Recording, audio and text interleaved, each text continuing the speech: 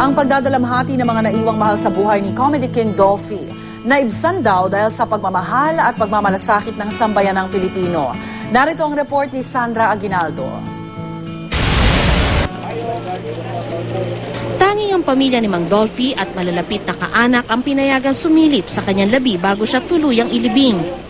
Sa huling pagkakataon, lumapit si Shasha at ang mga anak ni Dolphy para pagmasdan ang mukha na hindi na nila muling makikita.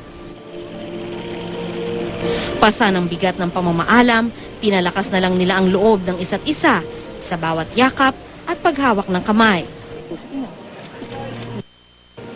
Bukod dito, sabi ng pamilya ni Mang Dolphy, nakakabawas ng kanilang lungkot ang pagmamahal at pagmamalasakit ng sambayanan para sa hari ng komedya.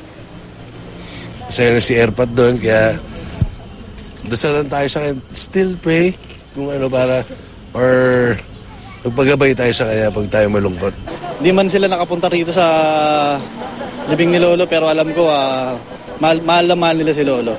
Minsan magkamali man lang ako ng mga de-depress ka. Tignan mo lang, diba? Okay, dasal tayo, Lolo. Ganun na yun.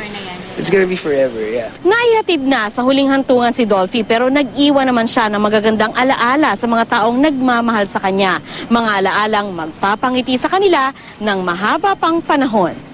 Tito Dolphs ay isang taong makadiyos, kaya siya mabait sa mga tao. Until now, nagpapasalamat ako sa lahat ng tulong na nagawa niya at saka sa maraming Pilipinos na napaligaya niya. Para sa unang balita, Sandra Aguinaldo reporting.